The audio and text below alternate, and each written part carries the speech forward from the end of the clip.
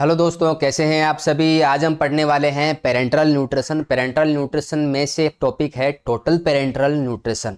ठीक है, क्या होता है, किस कंडीशन में दिया जाता है, क्या क्या कॉम्प्लिकेशन हो सकते हैं, किन किन बातों का हमें ध्यान रखना होता है। ठीक है, कौन कौन से इंपॉर्टेंट टॉपिक जो है यहाँ से जो है बन सकते हैं। तो चलिए स्टार्ट करते हैं। टोटल पेरेंटल न्यूट्रिशन जो है वो क्या होता है। तो क्या है टोटल पेरेंटल न्यूट्रिशन, नाम से ही है टोटल पेरेंटल न्यूट्रिशन, कि जहां पर पेरेंटल न्यूट्रिशन हो लेकिन किस टाइप का हो, टोटल हो। क्या हो, टोटल हो। टोटल पेरेंटल न्यूट्रिशन मीन्स हमें न्यूट्रिशनली जो है वो टोटली कैसे देना हो, पेरेंटली देना हो, मीन्स आईवी देना हो। ठीक है, तो वो होगा क्या, टोटल पेरेंटल न्यूट्रिशन। ठीक है, जिसको हम शॉर्ट में जो है टीपीएन के नाम से जानते हैं। शॉर्ट में हम इसको लिखते हैं टीपीएन, टोटल पेरेंटल न्यूट्रिशन। ठीक है, कि जब पेशेंट जो है ओरली इंटेक नहीं कर पाता या कोई सर्जरी है, इसके इंडिकेशन अभी पढ़ेंगे, तो मीन्स जो भी कंडीशन हो उस वजह से जब ओरली फीड नहीं कर पाता है व्यक्ति, तो उस समय देखो पेशेंट को जो है जिंदा तो रखना है, उसकी न्यूट्रिशनल जो डिमांड है वो तो हमें जो है पूरी करनी है। तो क्या है कि कार्बोहाइड्रेट, जो प्रोटीन है, फैट हैं, विटामिन्स हैं, इलेक्ट्रोलाइट हैं, मिनरल्स हैं, वो सारे आईवी बैग में होते हैं। ऑलरेडी जो भी रिक्वायरमेंट के हिसाब से जो है आईवी बैग में आते हैं। उसको जैसे कि हम नॉर्मल सलाइन या आरएल जो है इंट्रोड्यूस करते हैं, इन्फ्यूज करते हैं, वैसे ही उसको जो है इन्फ्यूज हमें करना होता है। ठीक है, और जो है उसको जितना भी जो न्यूट्रिशन जो डिमांड है वो सारी उसकी कंप्लीट हो जाती है। ठीक है, तो क्या है टीपीएन, तो देखो टीपीएन में क्या है कि कार्बोहाइड्रेट, टीपीएन में क्या है, कार्बोहाइड्रेट होते हैं। देखो अब देखो श्योर सी बात है कि ये जो है वो जीआईटी के थ्रू नहीं जा रहा। जीआईटी के थ्रू नहीं जा रहा है तो श्योर सी बात है कि देखो जीआईटी अपना जो ट्रैक्ट है उसमें बहुत सारे एंजाइम जो हैं वो होते हैं, जो कि कार्बोहाइड्रेट का डाइजेशन करते हैं, प्रोटीन का डाइजेशन करते हैं और फैट का डाइजेशन करते हैं। ठीक है, अब जीआईटी के थ्रू होते हुए जो है फूड नहीं जा रहा है, फूड जो है उसको हम दे रहे हैं क्या, पेरेंटरली आईवी दे रहे हैं। ठीक है, तो अगर आईवी अगर आप दे रहे हैं तो श्योर सी बात है कि हमें इसकी जो ऑलरेडी जो डाइजेस्ट जो फॉर्म है, इसकी जो सिंपल फॉर्म है, ठीक है, वो हमें देनी होती है। तो देखो कार्बोहाइड्रेट जो है वो डेक्सट्रोज की फॉर्म में होता है। ठीक है, कार्बोहाइड्रेट जो है वो डेक्सट्रोज की फॉर्म में होता है। प्रोटीन जो है, प्रोटीन किससे मिलके बना होता है, एमिनो एसिड से। तो प्रोटीन जो है वो एमिनो एसिड की फॉर्म में होता है उसमें। फैट जो है वो ऑलरेडी क्या है, इमल्सिफाइड होता है, कि फैट जो है उसका इमल्सिफिकेशन होता है अंदर जाके। ठीक है, जो कि फैटी एसिड में टूटते हैं। तो ऑलरेडी क्या है कि जो फैटी एसिड है वो इमल्सिफाइड स्टेट में होते हैं। साथ में इसमें क्या है, विटामिन मिनरल्स जो हैं सारे मात्रा में जो है वो बराबर जो है प्रेजेंट होते हैं। तो ये होता है इसका क्या, एक तरीके से कंपोजिशन मान लो, या फिर कहाँ कहाँ पे जो है हम इसको यूज कर सकते हैं। ठीक है, तो कहाँ कहाँ पे यूज कर सकते हैं हम पढ़ लेते हैं। क्या इंडिकेशन, कि हमें जो है टीपीएन की जरूरत क्यों पड़ी। ठीक है, तो टीपीएन की जरूरत हमें क्यों पड़ी, जब कोई ओरल सर्जरी हुई हो किसी की, मीन्स क्या है, ओरल सर्जरी है या फिर ओरल कोई ट्रोमा है, जहां पे पेशेंट जो है वो अनेबल है माउथ के द्वारा जो है इंटेक करने में। ठीक है, अब माउथ के द्वारा इंटेक करने में तो श्योर सी बात है कि उसमें जो है न्यूट्रिशन इम्बेलेंस हो जाएगा। जब हमें अगर वो ओरली अगर जो है फूड अगर नहीं ले पाएगा तो श्योर सी बात है कि न्यूट्रिशनल डिमांड तो हमें पूरी करनी है। तो हम जो है ऑलरेडी जो प्री फिक्स जो न्यूट्रिशन जो कि भरा है बैग में, जिसको हम बोलते हैं पेरेंटल, ठीक है, टीपीएन बैग, तो उसमें जो है ऑलरेडी होता है, उसको जो है अटैच कर देते हैं इंट्रावेनस एक्सेस लगाकर, और जो है वो उसके सारी जो न्यूट्रिशनल डिमांड है वो कंप्लीट हो जाती है। तो कोई ओरल सर्जरी हुई हो, या कोई जीआईटी की सर्जरी हुई हो, या फिर कोई क्या है जीआईटी की सर्जरी हुई हो, या फिर जहां पर पेशेंट को मोर देन 7 डेज एनपीओ रखने की जरूरत हो।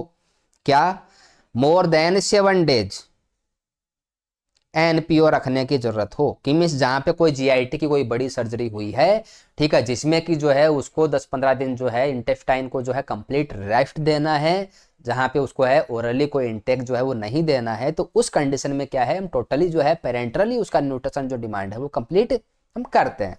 या फिर कोई इंटेस्टाइन की डिजीज हो, जैसे कि इन्फ्लामेटरी बावेल डिजीज, ठीक है, इन्फ्लामेटरी बाउल डिजीज हो सकती है, या फिर जो है किसी टाइप का कोई फिस्टुला प्रेजेंट हो, या फिर कोई माल एब्जॉर्प्शन सिंड्रोम हो, या फिर कोई माल एब्जॉर्प्शन सिंड्रोम हो। ठीक है, तो उस कंडीशन में भी क्या है कि जो है मोस्टली जो है हम टीपीएन जो है वो यूज करते हैं। ठीक है, बात करें अगर टीपीएन की कंपोनेंट की, तो कंपोनेंट जो है मैं शॉर्ट में आपको बता चुका हूं, बट फिर भी आप देख लेते हैं कि कंपोनेंट्स मीन्स एक जो टीपीएन बैग है उसमें क्या क्या होता है। ठीक है, एक टीपीएन जो बैग है उसमें क्या क्या होता है, तो नंबर 1 होता है क्या अपने पास में, कार्बोहाइड्रेट। क्या होता है, कार्बोहाइड्रेट्स। अब कार्बोहाइड्रेट जैसे मैंने बताया कि यहाँ पर जो है डाइजेस्टिव एंजाइम तो होंगे नहीं, वो तो अपने जीआईटी ट्रैक्ट में होते हैं। ठीक है, तो इसकी सिंपलेस्ट जो फॉर्म है क्या, डेक्सट्रोज। ठीक है, कि डेक्सट्रोज की जो फॉर्म है उसमें ये प्रेजेंट होते हैं D5, D10, D20 या D25 की ये फॉर्म में होते हैं। वो डिपेंड करता है कि पेशेंट की रिक्वायरमेंट जो है वो क्या है।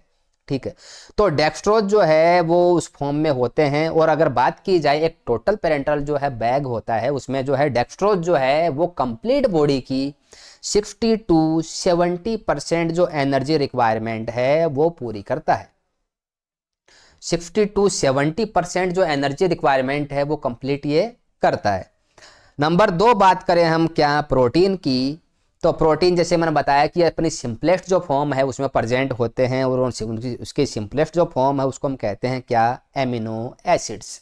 ठीक है, एमिनो एसिड जो है उसकी फॉर्म में प्रेजेंट होते हैं, और एमिनो एसिड जो हैं वो मीन्स प्रोटीन जो है वो टोटल बॉडी एनर्जी का 15 to 20% एनर्जी जो है वो प्रोवाइड करवाते हैं।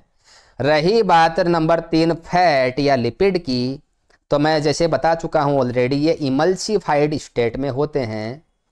ऑलरेडी क्या है, इमल्सिफाइड जो स्टेट है उसमें प्रेजेंट होते हैं। और अगर ये जो है एनर्जी डिमांड की बात की जाए तो ये टोटल बॉडी की 30% एनर्जी जो डिमांड है वो पूरी करते हैं।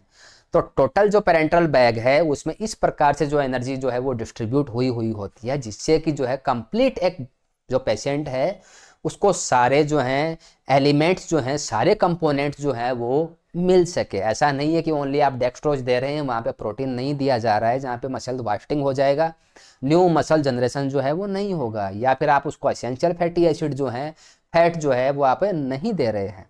ठीक है, साथ में होता है इसमें क्या, मिनरल्स या विटामिन्स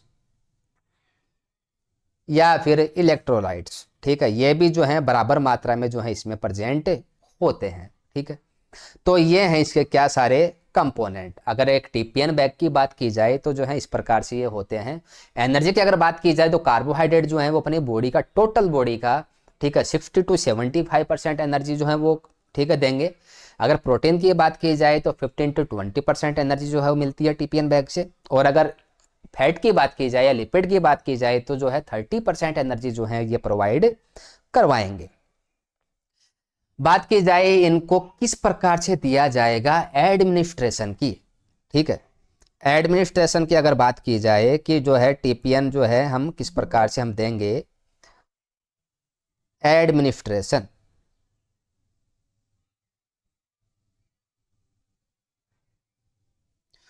तो देखो एडमिनिस्ट्रेशन जो है एक नॉर्मल जो आईवी लाइन जो होती हैं उनके द्वारा ये नहीं दिए जाते हैं, क्योंकि इनमें मोस्टली क्या है, मैक्रो मोलिक्यूल्स भी जो हैं वो प्रेजेंट होते हैं। तो हम हमेशा जो है एक टीपीएन जो एडमिनिस्टर करने के लिए अपना जो सेंट्रल जो एक्सेस है, ठीक है, वो हम लेते हैं। क्या, मोस्टली सेंट्रल जो अपना एक्सेस है उसके द्वारा ये दिए जाते हैं। किसके द्वारा, सेंट्रल एक्सेस के द्वारा। तो सेंट्रल एक्सेस पहला है अपना क्या, सेंट्रल लाइन। क्या, सेंट्रल वेनस लाइन। ठीक है, जिसको कि हम सेंट्रल लाइन कहते हैं। तो सेंट्रल लाइन जैसे कि आप जानते हैं कि मोस्टली सब क्लेवियन वेन या फिर क्या, आईजेवी, इंटरनल जुगुलार वेन जो है उसमें जो है इंट्रोड्यूस की जाती है। कहाँ इंट्रोड्यूस की जाती है, सब क्लेवियन वेन या फिर इंटरनल जुगुलार वेन। ठीक है, यहाँ पे ये 2 प्रकार की सेंट्रल लाइन जो है वो हम इंट्रोड्यूस हम करवाते हैं। ठीक है, बट सेंट्रल लाइन जो है उसके द्वारा टीपीएन दिया जाएगा, बट कितना परसेंट टीपीएन हम देंगे, कितना परसेंट जो है वो टीपीएन हो, कितना परसेंट टीपीएन बैग हो, तब उसमें हम जो है सेंट्रल लाइन काम में लेंगे। ये तब काम में लेते हैं जब मोर देन 10% टीपीएन हम इंट्रोड्यूस कर रहे हों। कितना? मोर देन 10%, मीन्स जिसमें कि डेक्सट्रोज 10% है, डेक्सट्रोज 15% है, या फिर लिपिड 15% है, 20% है, ठीक है, तो उस समय हम काम में लेते हैं सेंट्रल लाइन।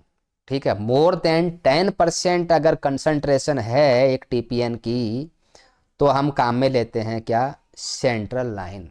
ठीक है, जिसमें कि क्या? मोर देन 10% डेक्सट्रोज हो। जैसे कि डेक्सट्रोज 15% हम दे रहे हैं, डेक्सट्रोज जो है 20% हम दे रहे हैं, या फिर फैट जो है वो 20% दे रहे हैं, या फिर फैट जो है 30% अगर दे रहे हैं, अगर इस प्रकार का अगर कोई सीन है, तो वहाँ पे जो है सेंट्रल लाइन जो है वो हमें इंट्रोड्यूस करनी है। और कहाँ इंट्रोड्यूस करनी है? फर्स्ट प्रायोरिटी है सबक्लेविन वेन में, नहीं तो फिर आपको इंटरनल जुगुलर वेन जो है वहाँ पर जो है सेंट्रल लाइन हमें इंसर्ट करनी है। रही बात एक सेंट्रल लाइन जो है उसको हम कब तक यूज कर सकते हैं, तो up to 4 weeks, up to 4 weeks जो हैं तब तक हम जो है एक सेंट्रल लाइन जो है वो इंट्रोड्यूस हम कर सकते हैं। ठीक है, तो जैसे मैंने बताया कि अगर मोर देन अगर 10% अगर टीपीएन बैग हम काम में ले रहे हैं, ठीक है, कंपोनेंट अगर उसका 10% से ज़्यादा वाले हैं तो हम सेंट्रल लाइन पे जाएंगे। लेकिन अगर जो है कंपोनेंट अगर 10% से अगर कम है तो हम पेरीफेरल जो लाइन है उस पर हम जाएंगे। तो नंबर 2 एक्सेस जो अपना होगा वो क्या होगा? Peripheral line, peripheral line. ठीक है, और पेरीफेरल लाइन जो होती है उसको हम कहते हैं पिक लाइन, PICC। ठीक है, पिक लाइन। पिक लाइन की अगर फुल फॉर्म देखें तो वो होता है पेरीफेरली इंसर्टेड सेंट्रल कैथेटर। ठीक है, पेरीफेरली इंसर्टेड सेंट्रल कैथेटर, जिसको हम क्या कहते हैं? पिक लाइन कहते हैं। या फिर हम इम्प्लांटेड डिवाइस काम में ले सकते हैं, या फिर हम टनल्ड कैथेटर काम में ले सकते हैं। ठीक है, या फिर हम क्या काम में ले सकते हैं? Implanted device. इम्प्लांटेड डिवाइस क्या होती है? देखो, स्किन जो होती है अपनी, उसके नीचे जो है एक डिवाइस जो है वो इम्प्लांट की जाती है। ठीक है, फॉर एग्जाम्पल ये मान लो कि अपने जो है बॉडी है, ठीक है, और बॉडी की ये स्किन है, इसके नीचे जो है एक डिवाइस, जैसे कि पेसमेकर लगता है, सेम वैसे ही जो है डिवाइस जो है वो स्किन के नीचे रहेगी, स्किन के बाहर बिल्कुल भी नहीं। हमें फील जरूर होगा कि यहाँ पे डिवाइस है, बट वो विजिबली नहीं होती है बाहर से। ठीक है, तो हम क्या करते हैं? उसको फील करते हैं, वहां पर जो है ड्रग देने का जो है पोर्ट होता है। ठीक है, तो अब जो हम सीधा जो है निडल की जो है हेल्प से वहां पर जो है इंसर्ट करते हैं, मीन्स बाहर से विजिबल नहीं है। दूसरा एक होता है टनल्ड कैथेटर। क्या कहते हैं? टनल्ड TUNNELED, टनल्ड कैथेटर। ये क्या है? ये एक प्रकार की सेंट्रल लाइन है जो कि बॉडी के अंदर से जो है वो फिट की जाती है, बट इसका जो है एक्सेस जो पॉइंट है वो बॉडी के बाहर होता है। बट इसका जो एक्सेस जो पॉइंट है वो क्या है? बॉडी के बाहर होता है। लेकिन ये तीनों चीज हमें कब काम में लेनी है? जब टीपीएन का कंसंट्रेशन बिलो 10% हो। कब? Below 10% TPN concentration. जब टीपीएन का कंसंट्रेशन बिलो 10% हो तो हमें जो है पेरिफेरली जो इंसर्टेड लाइन है वो हम काम में लेनी है, जो कि 3 प्रकार की हम काम में ले सकते हैं। या तो पिक लाइन, ठीक है, जो कि मोस्टली क्या है? ब्रेकियल या फिर सिफेलिक जो वेन है वहां पर इंट्रोड्यूस की जाती है। कहाँ पर इंट्रोड्यूस की जाती है? या तो ब्रेकियल या फिर सिफेलिक वेन। ठीक है, इनमें इंट्रोड्यूस की जाती है, जो कि जो है राइट एट्रियम तक जाती है। या फिर आप जो है इम्प्लांटेड डिवाइस जो हैं वो काम में ले सकते हैं, जो कि अंडरनीथ स्किन जो हैं वो होते हैं, कंप्लीटली विजिबल नहीं होते बट फील होते हैं। जब भी आपको कुछ देना होता है तो स्किन के ऊपर, जैसे कि अपन नॉर्मल IV एक्सेस लेते हैं वैसे ही पंक्चर करके और उस डिवाइस तक पहुंचना अपने को होता है। ठीक है। और या फिर हम क्या में ले सकते हैं, क्या, टनल्ड कैथेटर, जहाँ पर जो है सेंट्रल लाइन जो है वो बीनीथ द स्किन जो है होती है, बट इसका जो जो पोर्ट है वो आउटसाइड स्किन प्रेजेंट होता है, जिसके थ्रू हम जो है मेडिसिन हमें दे सकते हैं। ठीक है, तो ये हम कब काम में लेते हैं, जब बिलो 10% और लॉन्ग टर्म हमें जब देना होता है। ठीक है, मेडिसिन जब हमें सॉरी न्यूट्रिशन जो है टीपीएन जब हमें देना होता है, तो उस समय ये जो है काम में ली जाती है। बट हमें जो है 1-2 वीक या फिर ये मान लो 1 महीने के लिए ही जो है मुश्किल से जो है हमें टीपीएन यूज करना है, तो हमारी फर्स्ट चॉइस जो है वो होगी क्या, सेंट्रल लाइन, जहाँ पर आप जो है 10% से ज़्यादा भी दे पाओगे और साथ में इसको महीने भर तक इजीली जो है आप यूज भी कर पाओगे। ठीक है, तो ये हो गए क्या, इसके एडमिनिस्ट्रेशन के 2 मेथड, या तो आप कंप्लीटली सेंट्रल लाइन के थ्रू जाएंगे या फिर आप जो है पेरिफेरल जो लाइन है उसके थ्रू टीपीएन इंट्रोड्यूस करेंगे। नेक्स्ट हम पढ़ते हैं फैट इमल्सिफिकेशन जो हम देते हैं उसकी जो है कुछ बातें। ठीक है, कि जब भी हम फैट इमल्सिफिकेशन जो है देंगे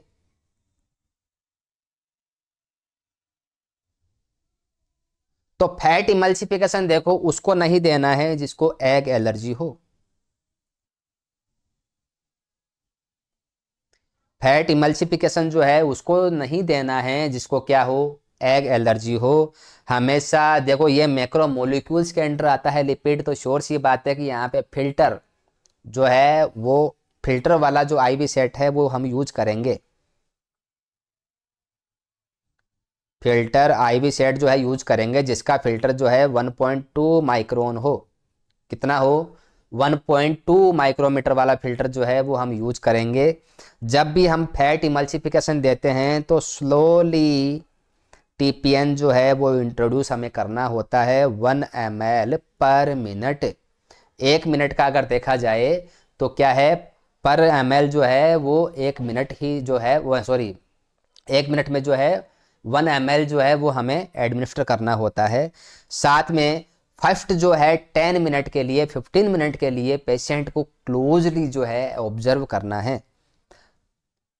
ऑब्जर्व पेशेंट फॉर फर्स्ट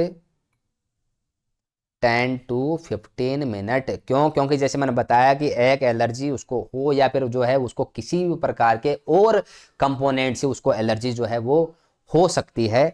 ठीक है, तो इसीलिए क्या है कि उसको क्लोजली जो हमें क्या करना है, मॉनिटर करना है। जैसे कि हमने पढ़ा कि फैट या जो इमल्सिफिकेशन जो है उसके थ्रू अपने को कम से कम जो है 30% जो है टोटल एनर्जी जो है वो अपने को मिलती है। कितनी एनर्जी मिलती है अपने को, जो है 30% टोटल एनर्जी जो है वो अपने को मिलती है। ठीक है, तो इसीलिए जो है हमें इसका जो है वो ध्यान रखना है। साथ में जो है अपने को क्या, स्लोली एडमिनिस्टर करना है और साथ में फिल्टर वाला जो आईवी सेट है वो ही हमें यूज करना है।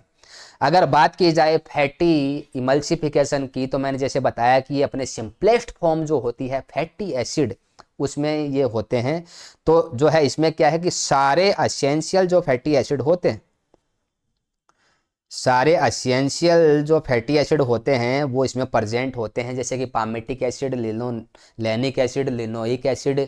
ठीक है, तो ये सारे जो हैं ओमेगा 3 और ये जो मिस जितने भी जो हैं एसेंशियल फैटी एसिड हैं वो सारे इसमें क्या हैं, प्रेजेंट होते हैं और होने भी चाहिए, क्योंकि पेशेंट जो है वो कंप्लीटली क्या है, पेरेंटली डिपेंड है एक अच्छे न्यूट्रिशन के लिए। ठीक है, तो फैट इमल्सिफिकेशन जब भी हम देंगे तो जो है कुछ ये इंपॉर्टेंट बातें हैं उनके हमें जो है क्या है, नोट करना है, ध्यान हमें देना ही देना है।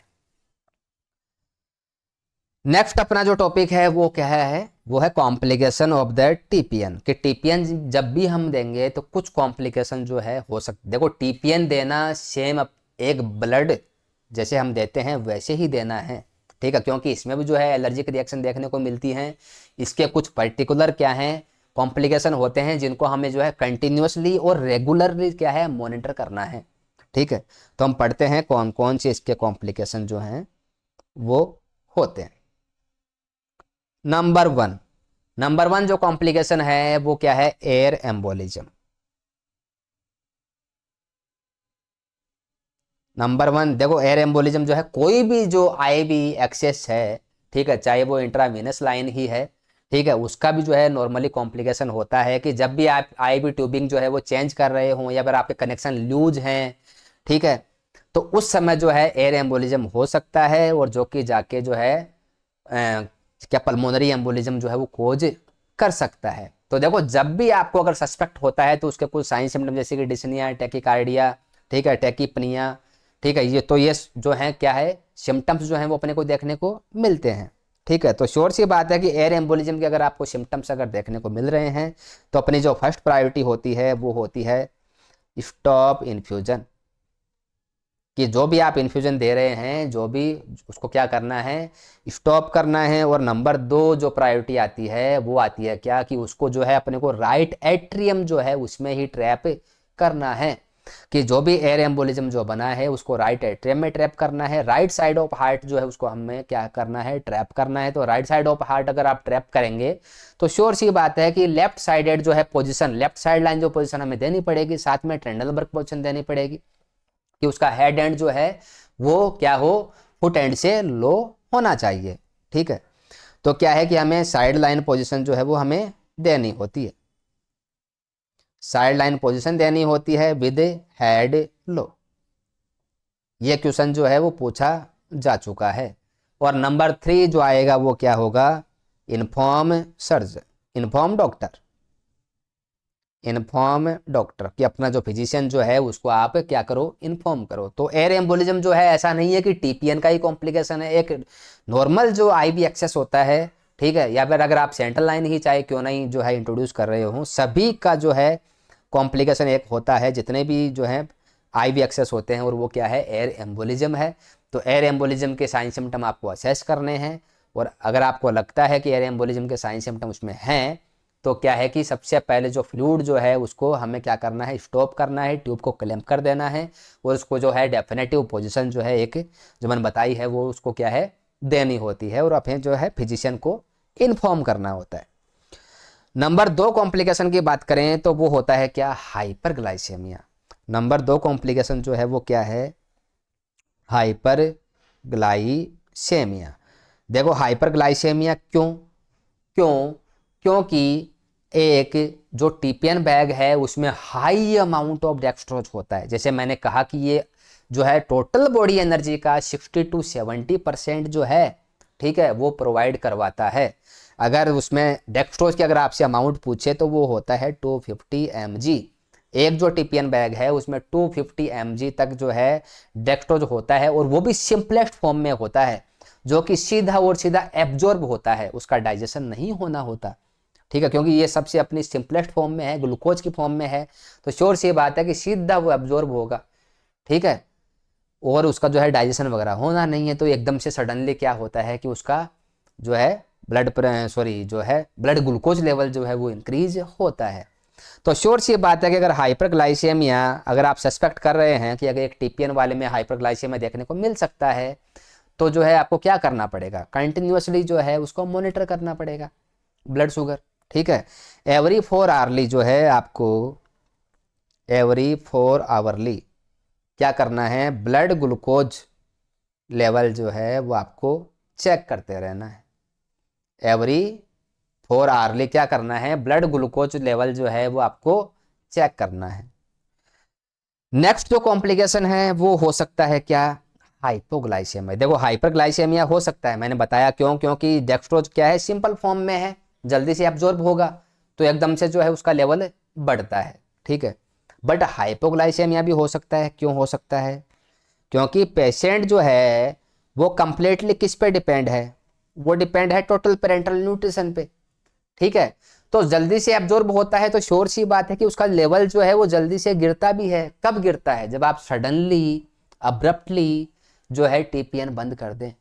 अगर आपने क्या है सडनली जो है टीपीएन अगर बंद कर दिया है तो क्या है कि उसके 2 घंटे बाद जो है एकदम से लेवल जो है ग्लूकोज का कम देखने को मिलेगा। ठीक है, सडनली स्टॉपेज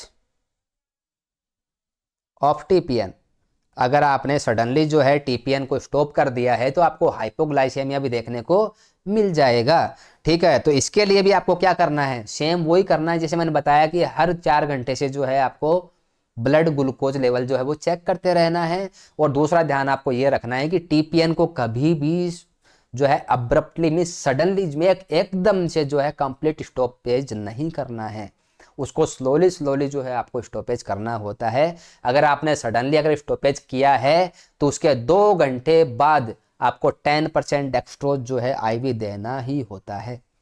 ठीक है, तो देखो पहला पॉइंट तो ये है कि जो है सडनली स्टॉपेज अगर आपका होगा तो हाइपोग्लाइसेमिया देखने को मिलेगा। तो जो है श्योर सी बात है कि सडनली स्टॉपेज को हमें क्या करना है, अवॉइड करना है, अवॉइड सडन स्टॉपेज, जिससे कि क्या होगा, हाइपोग्लाइसेमिया नहीं होगा। लेकिन अगर मानो कि आपने जो है सडनली जो है स्टॉपेज कर दिया है, ठीक है, स्टॉपेज कर दिया है, तो क्या करना है, गिव 10% डेक्सट्रोज आफ्टर 2 आवर, कि आपको 2 घंटे बाद जो है 10% डेक्सट्रोज जो है वो देना है, ताकि उसका क्या रहे कि ब्लड ग्लूकोज लेवल जो है वो मेंटेन रहे, एकदम से पेशेंट जो है वो हाइपोग्लाइसेमिया में ना जाए। ठीक है, नेक्स्ट कॉम्प्लिकेशन की बात करते हैं तो वो है क्या, हाइपरवोल्यूमिया। नंबर 4 जो कॉम्प्लिकेशन है वो है हाइपर वॉल्यूमिया। नाम से ही है कि वॉल्यूम जो है वो हाइपर हो जाए। मीन्स ये कंडीशन कब होगी, जब आप एकदम से ज़्यादा टीपीएन दे दें, क्योंकि टीपीएन देखो क्या है, टीपीएन क्या है, एक फ्लूइड है। क्या है, फ्लूइड है, क्योंकि फ्लूइड में ही सारे कंपोनेंट जो हैं वो मिले हुए हैं। ठीक है, ये भी क्या है, एक टाइप का फ्लूइड ही है, जैसे कि आरएल है, एनएस है। ठीक है, वैसे ही एक फ्लूइड है। तो श्योर सी बात है कि जब भी आप रैपिड इन्फ्यूजन करेंगे, रैपिड इन्फ्यूजन अगर होगा तो श्योर सी बात है कि वो कोज करेगा क्या, हाइपरवोलेमिया।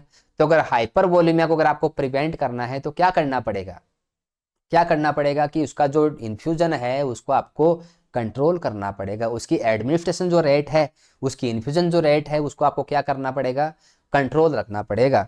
तो देखो जब भी आप टीपीएन देते हैं तो टीपीएन को हमेशा जो है इन्फ्यूजन पंप, टीपीएन को हमेशा क्या है, इन्फ्यूजन पंप जो है उसके साथ ही उसको देना चाहिए। ठीक है, एक टीपीएन जो है उसको हमेशा इन्फ्यूजन पंप के साथ जो है आपको एडमिनिस्टर करना चाहिए। अगर आपके पास इन्फ्यूजन पंप अगर नहीं है तो जो फ्लो मॉनिटर रेगुलेटर आते हैं, जो फ्लो मॉनिटर डिवाइस आती है, ठीक है, आईवी एक्सेस के लिए ही आती है, जो कि जो है आईवी सेट के आगे जो है वो फिक्स हो जाती है, जिसमें कि आप फ्लो जो है वो मेंटेन कर सकते हैं कि मुझे जो है ये मान लो 10 ml/आवर या फिर 20 ml/आवर, 50 ml/आवर जो है हमें देना है, तो उसमें आप फिक्स कर दो। जिससे कि क्या होता है कि जो आईवी ट्यूबिंग जो है उसको वो कंप्रेस करके रखती है, उतना ही फ्लूइड आगे जाने देती है। तो उसको हम कहते हैं क्या, फ्लूइड रेगुलेटर। ठीक है, तो आपको फ्लूइड रेगुलेटर या फ्लूइड मॉनिटर रेगुलेटर जो है वो आपको यूज करना है, जिससे कि क्या हो, हाइपर वॉल्यूमिया जो कंडीशन है वो आपको देखने को ना मिले। नेक्स्ट जो कॉम्प्लिकेशन है वो हो सकता है क्या, इन्फेक्शन। और इन्फेक्शन ऐसा नहीं है कि ये टीपीएन का ही कॉम्प्लिकेशन है, वैसे भी मोस्टली क्या है, थ्रोम्बोफ्लेबाइटिस जो है मोस्टली देखने को मिल जाता है अगर आप आईवी कैनोला भी लगाते हैं। कोई भी अगर आईवी एक्सेस अगर आपने लिया है, ठीक है, तो इन्फेक्शन देखने को मिल सकता है। इन्फेक्शन का मोस्ट कॉमन रीजन जो आपको पता ही है कि अगर जो है एसेप्टिक टेक्निक अगर वहाँ पे अगर मेंटेन नहीं की गई है, ठीक है, तो इन्फेक्शन जो है वो हो सकता है due to non sterile technique, या आपने स्टेरिलिटी जो है वो मेंटेन नहीं की है, नॉन स्टेराइल या फिर नॉन एसेप्टिक टेक्निक जो है आपने यूज ली है, तो आपको इन्फेक्शन देखने को मिल सकता है। या फिर आपका टीपीएन जो फ्लूइड था वो अच्छा नहीं था, वो इन्फेक्टेड था। ठीक है, इन्फेक्टेड या फिर कंटामिनेटेड, इन्फेक्टेड या कंटामिनेटेड टीपीएन फ्लूइड, कि अगर टीपीएन आपका जो फ्लूइड है अगर वो क्या हो, इन्फेक्टेड हो या फिर कंटामिनेटेड हो, तो भी जो है इन्फेक्शन देखने को मिल सकता है। ठीक है, या फिर आपने जो ट्यूबिंग जो काम में ली है, या फिर आपने जो ट्यूबिंग काम में ली है, जो आपका आईवी सेट लिया है वो कंटामिनेटेड हो। ठीक है, कंटामिनेटेड ट्यूबिंग, ठीक है, तो भी इन्फेक्शन जो है वो हो सकता है। एक लास्ट कॉम्प्लिकेशन है वो है न्यूमोथोरेक्स। न्यूमोथोरैक्स जो है मोस्टली सेंट्रल लाइन जब हम लगाते हैं, ठीक है, सेंट्रल विनस कैथेटर जो हम लगाते हैं, सेंट्रल विनस कैथेटर, उसका ये कॉम्प्लिकेशन है कि जब हम लगा रहे थे और आपने क्या है प्लूरा जो है वो पंक्चर कर दी, या फिर ठीक है कि वो वहाँ पर जो है एडमिनिस्टर जो है वो नहीं हुई है, तो इसीलिए हमें क्या करते हैं कि जब भी हम सेंट्रल विनस कैथेटर जब भी हम डालते हैं, ठीक है, तो उसकी पोजीशन हमें जो है वो कंफर्म करना होता है। जब भी हम जो है सेंट्रल वेनस कैथेटर जब भी डालेंगे तो क्या है, इसकी पोजीशन जो है उसको हमें क्या करना है, कंफर्म करना होता है। अब कुछ स्पेशल थिंग्स जो हैं वो हम पढ़ने वाले हैं टीपीएन के बारे में, कुछ स्पेशल पॉइंट जो कि हालांकि आ चुके हैं बट शॉर्ट में और बता देता हूँ। स्पेशल पॉइंट्स टीपीएन के बारे में, और स्पेशल पॉइंट पहला तो क्या है कि नोट स्टॉप सडनली, कि आपको इसको क्या है कि सडनली जो है स्टॉप नहीं करना है। ऑलवेज यूज फिल्टर, कि फिल्टर जो है 1.2 माइक्रोमीटर का वो आपको जो है यूज करना ही करना है। एक आपका जो टीपीएन बैग है उसको 24 आवर्स के अंदर आपको उसको यूज करना है। Use TPN bag within 24 hour, but अगर वो 24 आवर में उसको कंप्लीट नहीं दिया जाना है तो इसका मतलब ये नहीं है कि इसको कंप्लीट करके ही हम जो है नया बैग लगाएंगे, ऐसा नहीं है। अगर बैग में अगर 24 आवर के बाद जो भी अमाउंट बचता है उसको आपको डिस्कार्ड करना होता है और उसकी जगह नया जो है टीपीएन काम में लेना होता है। ठीक है, discard TPN bag after 24 hour, कि 24 आवर जब भी हो जाएंगे तो उसके बाद आपको टीपीएन का जो बैग है उसको आपको जो है डिस्कार्ड करना पड़ेगा, क्योंकि उसमें डेक्सट्रोज प्रेजेंट है जो कि माइक्रो ऑर्गेनिज्म को क्या करेगी, ग्रोथ के लिए वो बहुत ही फेवरेबल है। तो इसीलिए क्या है कि 24 आवर्स तक जो है अगर पूरा यूज हो गया तो बहुत अच्छी बात है, नहीं यूज हुआ है तो जितना रिमेनिंग है उसको हम डिस्कार्ड करते हैं, उसकी जगह नया बैग जो है वो हमें हैंग करते हैं। नंबर 5 स्पेशल पॉइंट जो है वो क्या है कि आपको ब्लड ग्लूकोज शुगर जो है उसको कंटिन्यूसली मॉनिटर करना है। साथ में देखो मैंने इसमें बताया कि इसमें इलेक्ट्रोलाइट भी होते हैं, मिनरल्स भी होते हैं। ठीक है, तो श्योर सी बात है कि आपको इलेक्ट्रोलाइट भी जो है कंटिन्यूसली मॉनिटर करना होता है। ठीक है, कि इलेक्ट्रोलाइट जो है वो भी आपको जो है कंटिन्यूसली मॉनिटर करना है। ठीक है, monitor blood sugar, electrolytes. Electrolytes का मतलब ये हो गया कि आपको किडनी फंक्शन टेस्ट देखना है, आरएफटी रिनल फंक्शन टेस्ट, और साथ में एलएफटी लीवर फंक्शन टेस्ट। ठीक है, कि आपको ये जो है असेस करने ही करने होते हैं। और लास्ट और एक सबसे बड़ा इम्पोर्टेंट टॉपिक पॉइंट, और वो क्या है, वो जैसे कि हम ब्लड प्रोडक्ट जब भी हम देते हैं तो उसके साथ में हम किसी भी प्रकार की मेडिसिन या कोई फ्लूइड जो है वो एडमिनिस्टर नहीं करते हैं, या कोई मेडिसिन या, तो वैसे ही क्या है कि टीपीएन जो है उसके साथ में आपको ब्लड प्रोडक्ट्स नहीं देने हैं, ब्लड प्रोडक्ट्स और साथ में क्या, मेडिसिन आपको क्या करनी है, अवॉइड करनी है। मीन्स टीपीएन के साथ में ये क्या है, कॉन्ट्रा इंडिकेटेड हैं, इनको साथ में आपको नहीं देना है। अगर आपको वो देना है तो आपको एक अलग से आईवी एक्सेस जो है वो लेना होगा। तो ये टॉपिक था आज का क्या, टोटल पेरेंटल न्यूट्रिशन। ठीक है, टीपीएन। ठीक है, शॉर्ट बहुत ही छोटा सा एक टॉपिक था, इसके जो भी सारे इंपॉर्टेंट जो पॉइंट थे वो मैंने आपको बता दिए हैं। ठीक है, एग्जाम में जो है पूछे जा सकते हैं। तो आज के लिए थैंक यू। अगर टॉपिक अच्छा लगा हो तो दोस्तों में शेयर करना और चैनल को सब्सक्राइब करना। Thank you again.